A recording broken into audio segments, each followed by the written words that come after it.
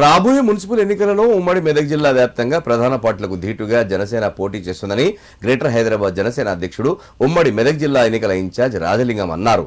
Siddipet press క్లబ్లో Janasena party కార్యకర్తల సమావేశం నిర్వహించారు. ఈ కార్యక్రమానికి ముఖ్య అతిథిగా హాజరైన ఆయనకు నియోజకవర్గం ఇన్ఛార్జ్ దాసరి పవన్ గజమాలతో స్వాగతం పలికారు. కార్యక్రమంలో భాగంగా రాజలింగం కార్యకర్తలకు పలు సూచనలు చేశారు.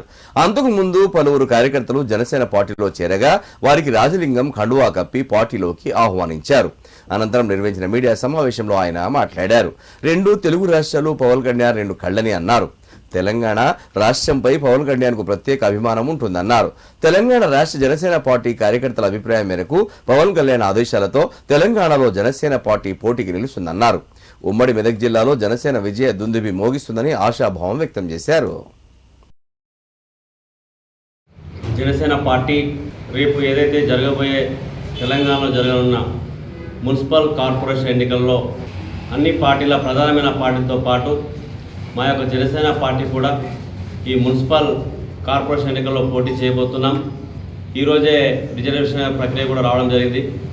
మాకున్నటువంటి తెలంగాణలో ఉన్నటువంటి బలమైన నియోజకవర్గాలలో దానికి సంబంధించిన మున్సిపాలిటీలలో జనసేన పార్టీ తరఫున పోటీ చేయబోతున్నాం.